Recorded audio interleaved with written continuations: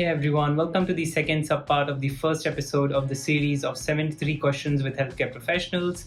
This is the second subpart of Dr. Uday Bodhankar's interview. Let's get started. So this is my chamber where I see usually daily around 30 average, 30 to maximum 50, not more than that consultation. They come here, they take height weight, then they go to my chamber, my RMO take history, and then finally examine them, counsel them, and counseling is done in 3 chamber. There are A, B, C chamber. And there is one chamber which is that is VIP chamber. Secret chamber, right? That is VIP chamber, which is for those people who we call them VIP because some commissioner, IAS, IPS, they don't have time. So usually I call them by 3 to 5 p.m. Yeah. If between that they come, they can go there. So the normal routine practice is not disturbed. They can come from behind, they can go from behind. So that is what we have come 4 chamber, starting from 10 a.m. to 5 p.m. or 6 p.m. at the most. Counseling, getting there. Because fortunately, we have got patients from all over India. Mostly they come from Madhya Pradesh. Then some of them from Adilabad, Andhra Pradesh. Some of them come from Gwalior, Khajuraho, Uttar Pradesh also. Wow. And near Nagpur from Gadchiroli to Jalgaon, Bhusawal, all these things. So we have got drainage of around 1,000 kilometers patient. They come because they get result. I don't know. They get faith and they got trust in us, our system. I think that credit doesn't go to me, but my team and the knowledge which has been given to me by my teacher. And of course, I think they must be getting some relief. That's why they come. Otherwise, there are 1,000 people between 1,000 kilometers. Wow. They come all the way. We welcome them. We offer them. We have got tea and coffee machine here. Free of cost. So we offer them tea, coffee, pani, everything.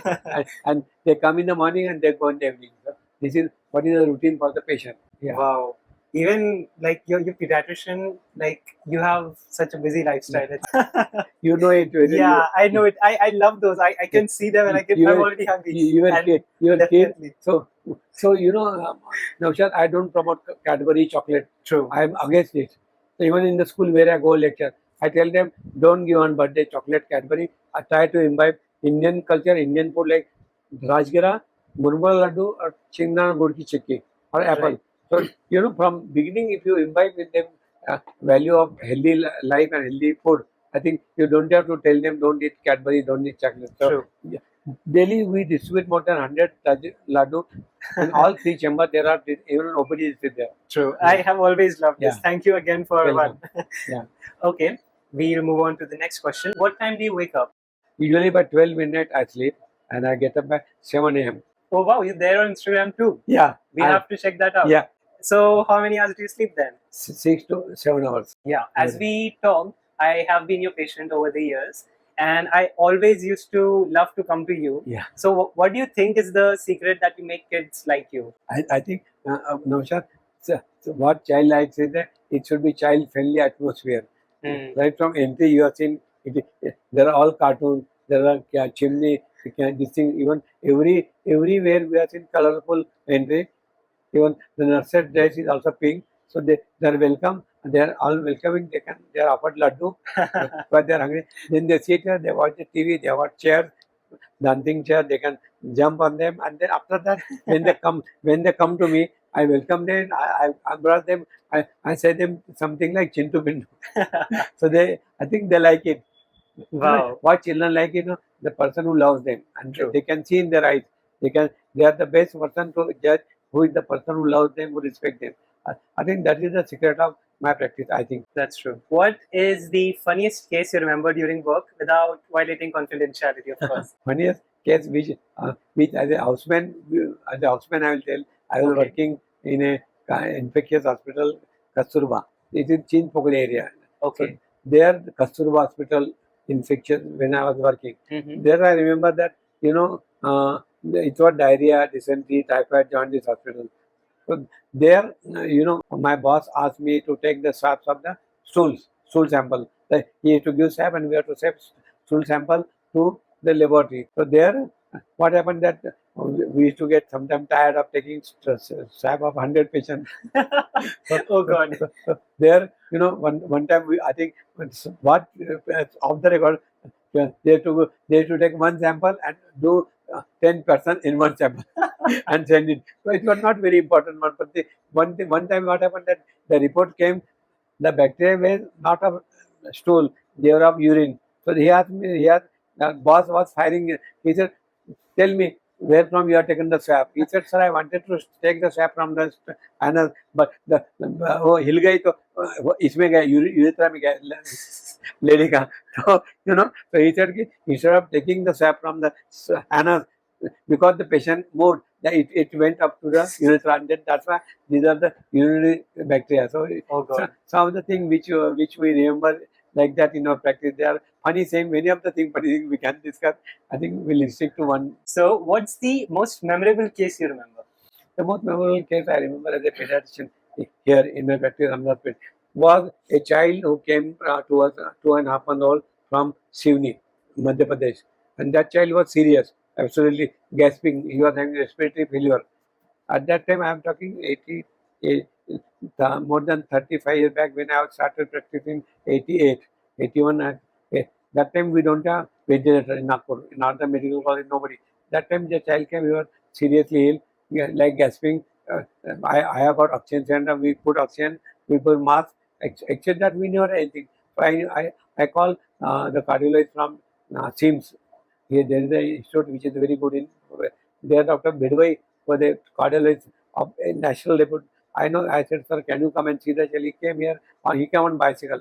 He never used to. He came Uday. He said the child has got respiratory failure. We can't do anything here. You can do only in Bombay. But I said, it's not in the position to go. You tell the. So we called the parent. We told them that the child will not be able to survive in Nagpur. But even we cannot guarantee it will survive while going to Bombay. So parents were very knowledgeable. They said, sir, we want to take risk. So that time I telephoned to Air India. Then one of my resident was working with me in Amravati, Dr. Jain. But he is MD pediatric. I said, Jain. He said, sir, I don't want to. Please go with the child. Don't worry, nothing will happen. We are given all injection, atropine, adrenaline, dextrose, which are important. That time I'm talking. To make the child cry, to make the child beat hard, if the heart stops, with glucose, whatever. And with that arrangement, parents gave us consent. They said, don't worry. I told them the child may not survive from here to airport. He may not survive from airport to Nagpur to Bombay. And after that also he may not survive. But if you want to take chance, we'll sir, don't worry. So with ambulance bag doing like this, only no ventilator. We went to the airport, Nagpur, there, because of my connection, they were very helpful. My resident went with parents in the Air India flight at 7 p.m. They reached Bombay. I telephoned to Bombay. There was landline. I was having contact with Bombay. They said, sir, the baby has arrived. I said, you take them to, my teacher was Dr. Amdekar, famous Pediatrician Bombay. I said, you go to Bandra. So what happened? And there was, in Bandra, there was no ventilator. I never knew that. So they went to Bandra, but there was no arrangement. Then they have to go. Then they said, sir said, you go to Jaslok. So from Bandra again they went to Jaslok. Fortunately, child, I think it is a God gift that child survived up to Jaslok, went on to upper floor where ventilator put. There was a ventilator for 10 to 14 days, survived, and then now he come every birthday, come to meet me and take my blessing. This is more than I think 30 years back. That's so special, right? So that time in Times of India, the headline came as म्हणजे मराठीमध्ये विमान आणि बाळ, त्याला इंग्लिशमध्ये child and the plane journey असं. It came headline that how child was taken from Nagpur to there and then survived in spite of severe respiratory only on ambulance bag. So I think that is the case which I remember the most challenging, and I think that's why people say that dawa dua, God was there to help him and he survived. I think that is what is the crux of my message. True, dawa and dua, which is medicine and blessing. We need both. Sometimes we feel that there is some force beyond our understanding which tries to help every mankind, irrespective of caste, religion, and all things. Only thing you have to have faith, trust in the therapy, in the doctor, in the system which you are following. If that is there, the system also works and the trust also works. So that is, I think, here they believed in me, they believed in our system, they believed that something can be done. And after all, doctor did their best, and then God was there to save them. I think that is what my message. Wow, that's a memorable one for true. Wow. So now the next question: what's your favorite nerdy medical fact? Is the number of neuron in the brain, which is more than 10 billion. Which I used to mug up. How can be there such a small brain and having 10 billion neuron connection. Nobody can imagine. It's hard to. I think it is beyond imagination, but it is there in the fact, and that is why I am talking to you at the 70 in front of so much of my illnesses. But that all because my brain is working. I am talking to. I think credit goes to the brain and to the creator of the man, like God Almighty. I think that is what I will say. The best creation. Yeah. How many steps should you walk a day? Ideally, I have been advised to walk at least 7,000 to 10,000 minutes Okay. daily. Usually, with my limitation in mobility, I try to make 3 to 5,000 steps a day. But there is a watch here. Even today, how much? Today, I think it is. It shows 4,676. Yeah, by now it is 4,000. so usually it is 5,000 plus. Yeah. I never used to cross 7,000, which I wanted to do. I think my message to all people is that minimum 7,000 steps, or for those who are 50 plus, or 10,000 per acre. These steps should be there to keep your heart going, maintaining and healthy and happy. That's right. Okay. So next question: what's the most common condition or problem for which kids come to your clinic? Yeah, mostly kids come to us with the problem of fever of any kind. Fever may be the fever may be viral, maybe bacterial, or maybe with rash. Or fever can be due to anything like malaria, dengue, typhoid. So usually the most common thing which you get on phone is that, sir, बच्चों को बुखार है. So we ask how much is that. My message to the people through your channel is that you try to see really fever, not like many people they say we are tired here, it is warm. It is not fever. You have to take thermometer if possible, mercury thermometer, keep in the arm at least for 3 to 5 minutes, and then take if it is more than 100 degree, 100.5, then you can take it as a fever. Otherwise, for 99 and 100, don't do anything. Right. So most of the thing which we get is the fever. Secondly, cough. Yeah. Cold and cough. Thirdly, we get is the loose motion, diarrhea. Okay. It may be diarrhea of viral origin, or it can be dysentery with blood and mucus. I think these four things: fever, cough, cold, diarrhea, and pneumonia. I think, and fever with rash. These are the common children we get day-to-day practice. Okay. So, what's the stereotype for a pediatrician? Naushad, you examine any pediatrician, meet any pediatrician. Mm-hmm. They'll be all lovely, smiling, because we meet kids.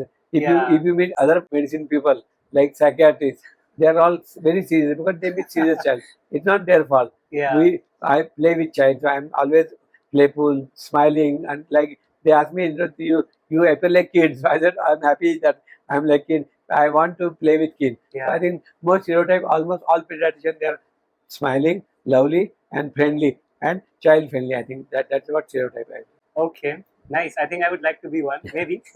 Do you think it is true for you? Yeah. Of course, we have already seen all this while. I cannot say for me, but definitely I want to be like what Honorable Abdul Kalam or other people who were there, our teachers who were there, all teachers whom we taught us. I will come to that.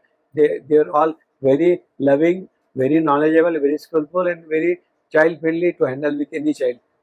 I think that's why I want to be. Yeah. True. Next question, question 33. For what kind of person is pediatrics? The pediatric is a specialty with patience, tolerance, and empathy. The three things, if you have, like you have to have patience, because the child will come to you cranky. You can't say, barja. So you have to have patience to listen to the parent. But it is the history of parent which gives you insight of what the child has got. Then I told you empathy, that if the child comes with febrile, so you must know if your child would have been febrile, what you expect from doctor. So try to give immediate treatment to the child than wasting your time in examination. I think the three things, like I told you, patience, perseverance, and it's empathy. The three things will define what a good pediatrician should be there. So, who is pediatrics not for? So pediatric, I will say, it is not for those people who doesn't want to be child friendly, who want to be serious in their life, who doesn't want to interact with people, who are not social. I think if you don't want to be social, you have got ego, you can't be rude, adamant, and you can't be non-child friendly. If these all, then I will request you not to take a pediatric. It is very, very demanding, but you have to be very friendly, empathetic, sympathetic, and very emotionally getting involved with the child. Very important. You have to get involved with them with playing arms. You can see my children when So they feel that I am not doctor, I am their uncle or something like that. So that feeling should be there. True. That's true. I mean, that's very important thing to keep Yeah. in mind. Yeah. Now, a tough question. How do you deal with a naughty child? Dealing with naughty child, firstly, when they come to OPD, I could see them with great noise doing that, throwing the chairs, and I can see in the video there. Yeah, you can see. I can see every child what doing that. Once I noticed that, what I asked my receptionist, my sister, is that kindly take the child down, keep in front of all the patients, take him to a room which is soundproof, silent room. Let him there, play the music or play the TV, give them the Rajgara Laddu, Yes. offer them, give them water. Then ask the parent history, what the child has got. And after that, don't bring him immediately to me, tell him that from the door that first I ask the mother to come, parent, ask them what is the issue. And then after that, after him calming down for 10 minutes, after that, slowly, hello, I do that. I remove my stethoscope, I put them as if I am not doctor. I meet them. I think that is the only way you have to be friendly with the child who is not yet. It's very difficult to handle. Difficult for parent to handle also. You what me? True. I love your addition to the stethoscope, by the way. Yeah, It's yeah. very cute. Thank No you. wonder kids love you. Yeah. Okay, now we are halfway past the questions, almost. Who has been your mentor over the years? Mentor in my life was my parents, then my in-laws, and then my family, like my wife, and they were my mentors. But in my practice, if you are pediatric, my mentors were in Nagpur Medical College. They were Dr. Rawat, who is my teacher, and Dr. Hussain Madam, who was my guide. She was my guide for MD, Hussain Jaraban. In Bombay, where I took my pediatric training, there were great teachers like Nagpur people. There were Dr. Amdekar, Dr. Poddar, R.D. Poddar, Dr. M.R. Lokeshwar, and Dr. Pai Madam, who was the Dean and HOD of Pediatrics. These four people made me an impact, and of course, I got teaching from other senior members like Dr. Marchand, Dr. Udani. So I think all these people together, they impacted me in my life as a pediatrician. More. Mentors are like very important for anyone. Yeah. They guide Yeah. you, they teach you everything. Yeah. It's the best person to have by you. Next question. If you could go on a meal with anyone in the world, who would it be? My family first, like my wife, my children. Now my child, unfortunately, we cannot go together. He's in America, but my daughter, who is with me, I would like to go first with them, and then like other whosoever comes in my life, like my teacher, mentors, my support group is there. I enjoy going with them, maybe on Sundays, but first probably with family to go. Wow, lovely. So the next question about this: where would you take them? See, usually my liking is for Chinese. Oh, Yeah. interesting. So usually I ask them, would you like to go to Chinese first? Then in Nagpur we have got one Chinese restaurant in civil line. So usually I like the Chinese there most one. I think the name is Nanking. Oh, I've heard of that. Yeah. I need to try that sometime Yeah, now. we will go today. So usually I like Chinese, otherwise South Indian restaurant. I So- like rava dosa, idli, and then thirdly I like is the non-veg chicken. Like we have got the good one barbecue, and the Moti Mahal was a more than 6 years. And my memory goes back to when I was a medical student. We used to go to Moti Mahal Sadar, where Wow. you used to get best chicken. So even I would like to try that whenever I get time. If you won $1 billion today, would you quit medicine or would you still practice? No, firstly, I'll be happy to have that because I have got many of the projects in my mind, whether to practice or not. Because once I had $1 million, I will not have time to practice because I'll be engaged in doing social services, donating this money to the orphanage, to the old age home, which are in Nagpur, in Vidarbha, if I got more. So my mission will be to see to it that all anath ashram, orphanages should be well equipped for giving them health, education, and all facility which a normal child enjoys. And then, of course, there are many of the orphanage, old age home is there.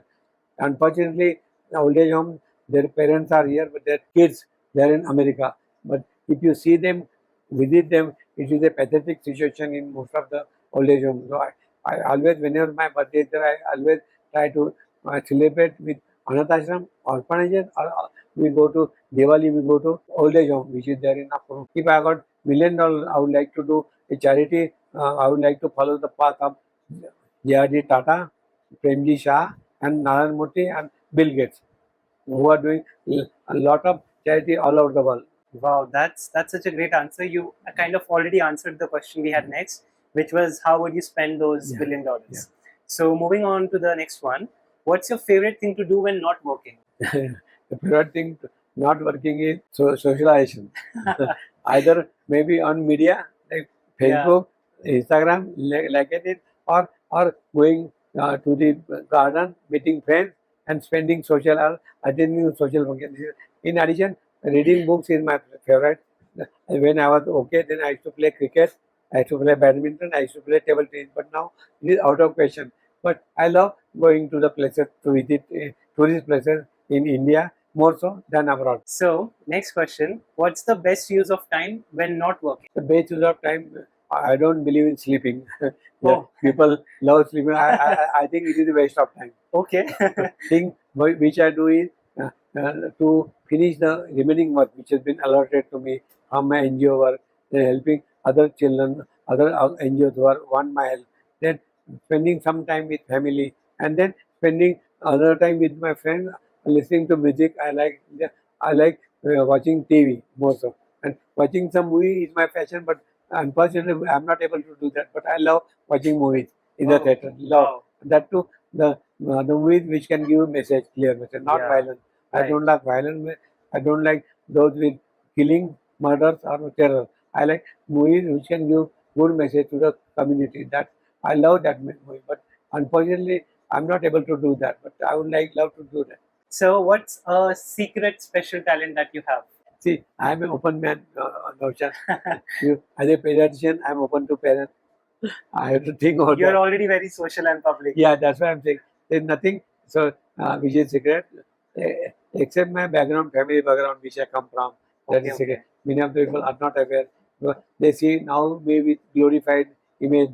They do not know that I come from a very middle class family, coming from a distance, going to the school by walking. So, Yeah. some of the things which taught me in life are dedication, devotion, perseverance, and and keeping high aim. That is what is kept me going. That's why people ask me, what is the hidden talent? Nothing talent.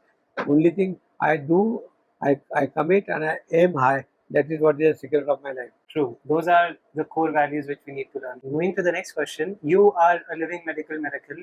I know about that. Can you tell us a bit about your life-changing experience? Actually, in short, I will tell Yeah. you, Naushad, I had a fracture in 2009, 14 September, if I'm not wrong. At night, I was working.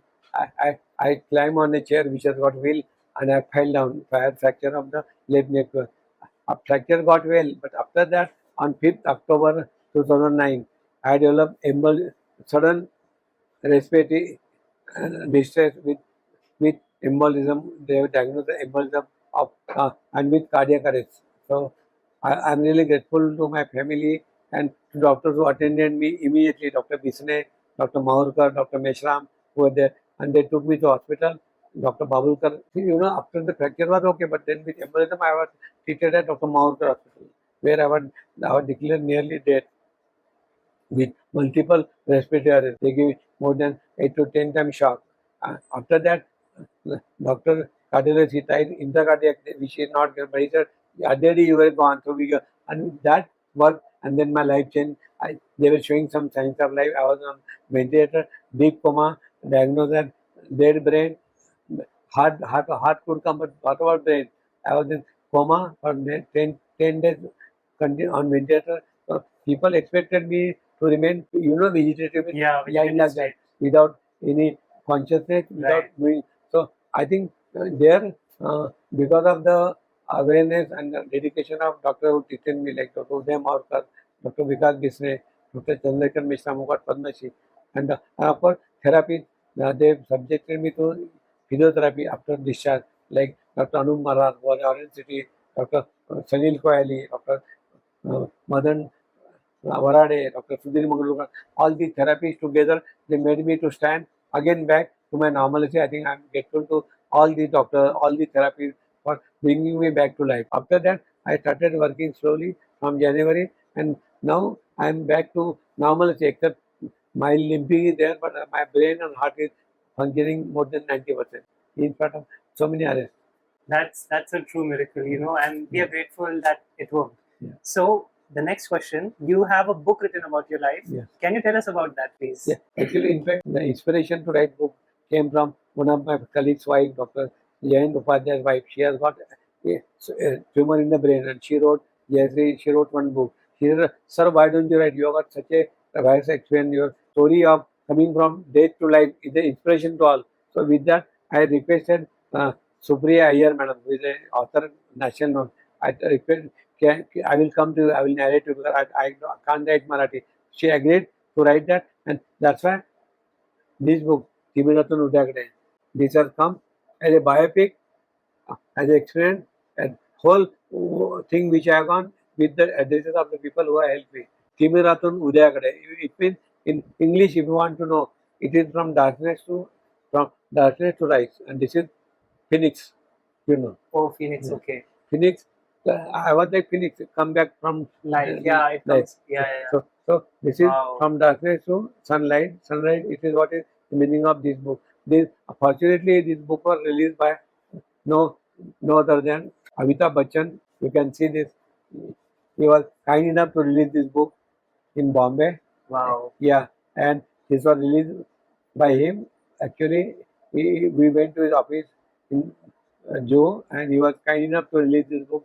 Yeah, we did not charge me anything actually. Yeah, he has been Which is a big thing. Yeah. And secondly, the same thing outed me to many of the people. My patients are from Hindi belt, so they said we cannot read Marathi. So then again, Hemalata Mishra, she helped me to translate this Marathi into Hindi, and then we got this book in Hindi, Timir se Uday Kyor, and Andhare se Ujala tak, from darkness to sunrise, you can say. This book was released by Chief of RSS, Mohanji Bhagwat. He was kind enough to release this book in one of the functions.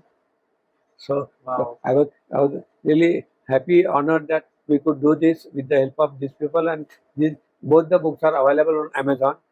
I am trying to get this English done copy because many of the people they ask me English copy. Yeah. So within 1-2 months we'll get English copy also. This is nothing but inspiration story how I came from zero to hero. I was nothing. I was declared dead, but I came out of that and now working 18 hours a day. Even now, after 10, it is now more than 15 years. 2009, 5th October, I had arrest. Now it is Almost 15 years. Yeah. Wow. So all this is Almighty, my parents, my family, doctors, all well-wishers who are belonging to all religions. You know, everybody belonging to Hindu, Muslim, Sikh, Buddha, Isai. They all prayed all over India. All churches, all mosques were full of prayers for me. So I think all because of this, I think dua kamati, dua jada kami, dua. So I think because of them, I came up to life and again working like a normal child with 5% this thing limping, nothing. But my brain heart is normal. I owe to my all patients who belong to all religion, all castes for their prayer. They said, sir, हमने इतना prayer किया आपके लिए, आपको मालूम नहीं. Here I would like to go to one this thing. My son, you know, Nikhil, he is Yeah. America. So he when I became conscious, he went back again came for his engagement.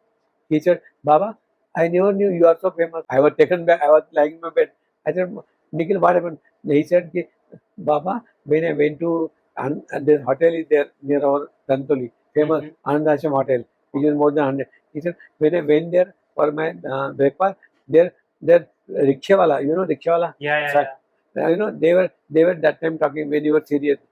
You know, एक doctor है बोले वो बहुत serious है तो उसके लिए अपन दुआ मांगेंगे तो then I thought they must be talking somebody so I asked them they are talking about they said they are talking about your father so then I went to them I said you are talking about whom they said they were having clothes which were torn they were all very poor people trying this sir एक बच्चों का doctor है उसके लिए हम दुआ मांग रहे हैं तो प्रे कर रहे हैं he said so, daddy I think you are great so that time he said you are famous I said thank you my son that time he realized that value of giving to the society you gives you back by this way by blessing by giving I think that is what has been taught to me from my childhood to now Blessings. you give to the society will give you back when you need it maybe in terms of blessing getting in terms of whatever you want. True about karma, right? Yeah, what karma. you give comes Yeah. back. Otherwise, I would not have been today in front of you because I was declared dead. More than 10 arrests. Nobody in the world, I think, must have survived. And to with intact brain, intact heart, nobody. Yeah, that's... You can survive with vegetative state, with mentally retarded, with handicap, But I'm really grateful to all doctors, all well-wishers, my family, and all patients who prayed for me. We are grateful for that, sir. Wow, it's just like something out of the movies that we see. Yeah, You're like yeah. a true inspiration. So we'll move on to the next question. Can you suggest 3 books for our viewers that would have a great impact on their life? See, one book which I will say is The Winds on Fire of Honorable Abdul Kalam, late president. That will tell you how to fight in your life. That one thing. Then there is a second book by Honorable Sam Kalamji, India Beyond 2030, if I'm not wrong. Then thirdly, the book I will recommend is by Swami Vivekananda on changes of personality, which is there, which is Swami Vivekananda. I think the 3 books, if you read, you imbibe. And fourthly, of course, Bhagavad Gita, which teaches you all your life, how to karma. You said karma, dharma. I think the fourth thing, if you try to imbibe your life, irrespective of culture, religion, I think you can be a great achiever. You can be a great human being important than achiever. See, what is important in life, Naushad, is you have to be a good human being with with empathy for all, sympathy for all, and you can't be apathetic for any reason. If you are empathetic, sympathetic, I think most of the problem in the life will be solved. Thank you for those great recommendations. I mean, I have read one of them, the first one, Wings of Fire, Yeah. but the others So- I definitely superb. want to check out. Yeah. It's superb, yes. I'll check out the others Yeah. too. Thank you Yeah. for those valuable Yeah, thank you. recommendations. Now, question 48. I'm sure you have had your fair share of struggles in life, right? Can you share one and what it taught you? First struggle which I got getting admission in Third Hospital, which I told you already, number Yeah. one, which I don't want to repeat it. Secondly, was getting my admission into pediatric, which in Bombay, you have to go to get a pediatric house job. They got degree. It's a nightmare. So I had to go to more than 30 places to apply, and then out of that one place you get house job. So these 2 things taught me in India that don't lose hope. I went on applying. You go on trying, and then one day you get a break. So I was very desperate, and I was very disappointed that I'm not getting what I wanted to be. Pediatric. In Nagpur, I could not get house job. I went to Bombay, applied more than 20, 30 hospitals. There are teaching hospital, non teaching. Secondly, suddenly I got a call from a Nair Hospital, Bombay, that one post was vacant because some doctor had left for some family reason, health reason, and it is second hand post. It is not 6 months, it is 5.5 months. So I said, okay. I went there, I grabbed that post, and I started my journey from Nair Hospital, Bombay, under Dr. PM Pai Madam, and then it went on smoothly. It was not a smooth thing. After that, Kasura Hospital, JE Hospital, Yasuk Hospital. So I think the thing which I could recollect is getting admission in school, admission into PG, and then getting my job done in medical college. This thing have taught me that things will come to you. Don't. It is not. See, if you fall down, then it is not your fault. But if you don't get up, then it is your. Try to get up. Don't quit. The message: don't quit. Even if you want to lose, because you are not a loser after all the time. You can gain if you run and you have perseverance to gain your mission or your vision or your aim. So my aim was always to aim high. You aim to go to 10th floor, then you will be reaching at the first floor. But Yeah. if you aim at first floor, you will be on ground floor. So Yeah. always aim high, so you will be able to reach high. Glories, high achievers in the life, they don't come easily. They come with dedication, devotion, perseverance, and effort.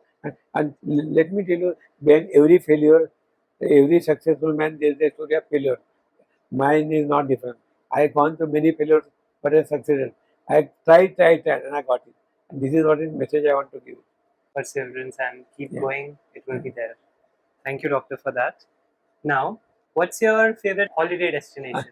Favorite holiday destination, if you are in India, Yeah. I like hill station, Uh-huh. and that too in Maharashtra. If you ask me, I like Matharan better than Mahabeshwar.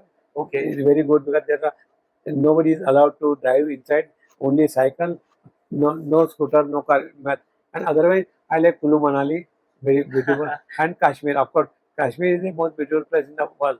And if you are foreign, then I like Switzerland and Austria and Wow. New Zealand. 3 places. So that's interesting. I didn't know about Matran. I have to check that out. Sounds like my place. Matharan, very good. Wow. But you have to go to railway station from Nero. You have to take mini train, which is beautiful train Oh. going up. That is enjoy you that. So you enjoy from Neral to Matharan train, and then Matharan you are not allowed any car. You have to either walk, or you have to take horse, or you have to if you are Bicycles. and bicycle. Wow, lovely. Okay, so every hero has a superpower, and you are our hero today. So, what is your superpower? See, my superpower was in my life was my parents. I told you first. Then my in-law. Well, my father-in-law was a very powerful person. He was next to Indira Gandhi, very right hand. So he was my after my marriage. I wanted to follow his ideology. Before that, my parents, of course, my father was struggling. My mother was teaching us all these things. After marriage, it was my father-in-law who was my role model in my falling in life because he was a role model for anybody to follow. Vasanta Sate. And of course, my elder brother who was in Hyderabad, and then my teachers who were there, like Dr. Rawat, I always mention him. If you want to learn empathy, sympathy, and skillful training in pediatrics, then you have to follow my teacher Rawat. In Bombay, it was Amdekar, Lokeshwar, Poddar. I think there are many role models in life, but I would like to follow these people in my life. That's a very kind of humble answer that your superpower is your relationships Yeah. and your teachers, Yeah. the family teachers. You have a plethora of achievements. Which one of them are you most proud of? My installation as the National President of Pediatrics, the Indian Academy of Pediatrics, which is the only NGO of all the child specialists of India. Now it is more than 50,000. That time Wow. it was 5,000 in Delhi, and I was installed in the August presence of Honorable President of India, Shankardas Sharmaji. And in the on the dais were President of India, Governor of Delhi, Chief Minister of Delhi, then Health Minister of Delhi, then my father-in-law, then World President, Asian President, myself, and Dr. Meherman Singh, who was I think that one thing which definitely was number one. Then secondly, when I was invited to visit Buckingham Palace by the Queen, late Queen Elizabeth of England, that I think the two things are definitely worth remembering. And thirdly, I was given Outstanding Young Person of the World Award in Wow. 1992 in Hong Kong by JCI International. I think the three things are definitely something to cherish my memories forever. I'm so honored to just sit here by you and being able to, interview and talk to you. Thanks Yeah, thank for you. having us. Which one of those achievements has been the most challenging one to pursue and why? The most challenging to pursue, say, outstanding young person of the world was very difficult to pursue because you have to compete with Nagpur, then Vidarbha, then Maharashtra, then India. Then after that, you have been tested for 145 countries of the world. That was Wow. one. But that you have to submit your biodata and then wait, and then they interview. Secondly, I think becoming national president of IAP, higher organization, was a tough job for me because I never aimed at it. In 1992, we had a most successful conference of IAP, pediatric in Nagpur.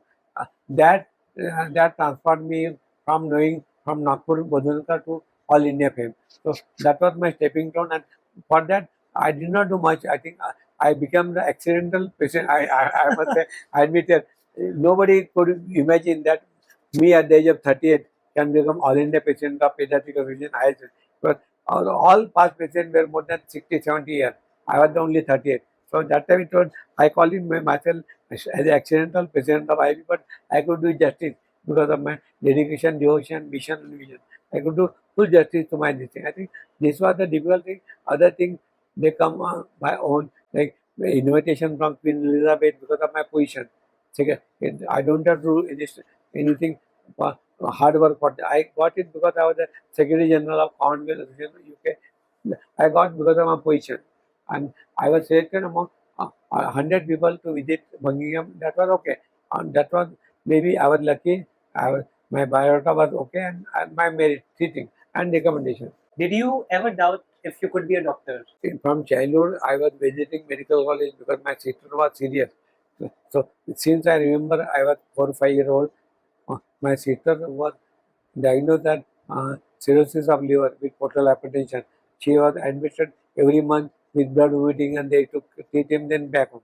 Since that time, I wanted to become doctor, but I was not sure whether I will get the mark. But becoming doctor was like today even it is very challenging. That time there were only few medical college and your mark what you get in PUC first year BSc that decide where you get. So definitely though I was very much confident about my merit, about my sincerity, dedication, devotion, but I was not sure whether in the vast people I will be selected on my merit for the medical college. But luckily I could get it on my merit. Did you ever get asked for medical advice from your family and friends? Yeah, of course, always, of course. But we are freely available in India. It is not like America, UK, where you cannot phone anybody. You cannot. Every time we are available, every day, every time, 24/7. And when they ask me, I give them frank opinion what I feel about any pathy, whether allopathy, Ayurvedic, homeopathy, Unani, because I respect all pathy. Because I have been treated by all pathy for my illnesses. I have been treated by allopathy, Ayurvedic, homeopathy, Unani, if not for my pain. So I respect every pathy has got their plus and minus point. So I think we should. So I tell them whatever they ask me, the best advice I can give them, I give it. What's the weirdest question someone has asked you? The biggest question they ask me is that how could you get married to such a high profile daughter? That time I was belonging to middle class family. My father was just account officer, AG office, and my father-in-law, which I became, he was a cabinet minister of government India, and he was very confidential man of honorable late Indira Gandhi.